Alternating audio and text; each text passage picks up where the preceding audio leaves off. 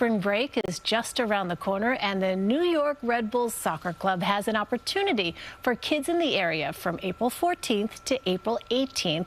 The team will host spring break throughout the area. Love that. Joining us now to talk about the program and some other initiatives we're anxious to hear about, Tom Moriarty with the New York Red Bulls youth program and former player in Morristown, New Jersey's own Connor Lade. Good morning, guys. Thanks for being here. We really appreciate it.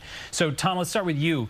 Tell us a little bit about the program. Where are these camps going to take place? Yes, we have 23 locations throughout New Jersey, Westchester, Long Island, Staten Island, Yonkers, and Brooklyn. And they kick off the week of the 14th. And what ages are covered by the program? What kind of skills will kids actually learn? Yes, we have camps for as young as 4 years old on up to 14 years old. And we're going to cover skills with the youngest ages where we teach them physical literacy, ball mastery. What does that mean, physical literacy? It means more like awareness, their spatial awareness around. Good question. Yeah. Well, because I mean, they're non-athletes among us. Absolutely. I don't have much of it, whatever it is. Yeah. That's new to me. So we create this fun environment for them where they have a ball at their feet and they begin to understand how that ball moves, how they move the ball, the players that are around them, and we create these fun story-based activities around it so it keeps them engaged. And then for the older kids, we're layering in some more technical knowledge. So when we talk about learning to move the ball, it's different parts of the foot, different speed of play. And then for the advanced players, we start to layer in more tactical knowledge, so the when and where of some of these skills that they're learning. And Connor, I'm told you've been a part of this camp? Yeah, listen, I came through the system. I joined the academy in 2007, and even before that, went to before they were actually New York Red Bull camps, there were players that put on the camp. So the players that I would watch in Giant Stadium back in the day before we had Sports Illustrated Stadium, Tab Ramos and Tim Howard had soccer camps that I would go to. So the resources that are being poured into our community from the Red Bulls are truly incredible. Tom and his whole staff do an amazing job, and it really separates the club from a lot of the teams in not only North America but the world, how much resources are poured in. Wow. What was it like playing so close to home?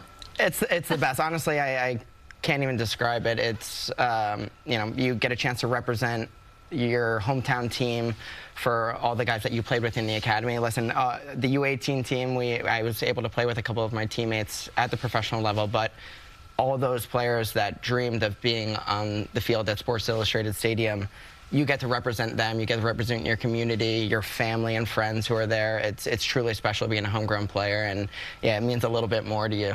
And Tom, speaking of the work that you and your department do that Connor's raving about, you have something new for folks to look forward to tonight at the stadium. Tell us about that. Yeah, so tonight is Autism Acceptance Night for us. It's a very special night that we put on, and one of the things we're unveiling tonight is the LTEC Lansing Sensory Room. It's for players, or for fans who are needing a space to get to that's a little bit more quiet, and give them a chance to still enjoy the game in the atmosphere in a safe space.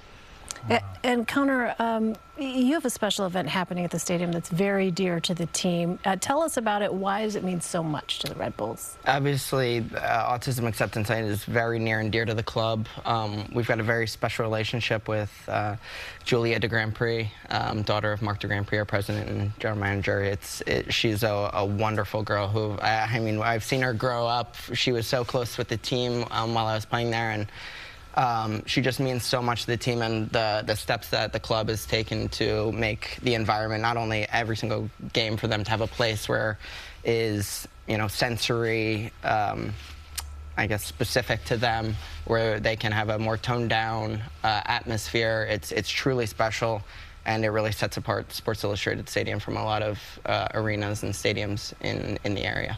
And I wonder what's been the reaction, Tom, to the fact that there are these kinds of accommodations that have been made, right? Autism is something that is so difficult for those families.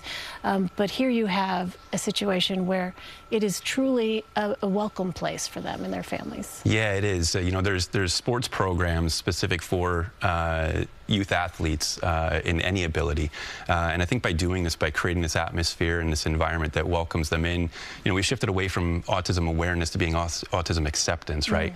And it's for the very reasons that Connor mentioned, is that these young people and older people enjoy the game just as much. And so we give them an opportunity to take it in a way that suits them and is comfortable for them. So as an example, tonight, it might be a toned down atmosphere, softer music, softer sounds, less flashy lights. And they have that place to go to where if they need to get away, they can continue to enjoy the atmosphere. Wonderful to have that sense of inclusion. Thank you both for being here this morning. We really appreciate it. And Red Bull's spring break camps take place April 14th through the 18th. There are still spots available, right? Great of you guys to be here. Thanks again indeed. And Autism Acceptance Night is tonight when the Red Bulls host the Chicago Fire FC. We'll be right back.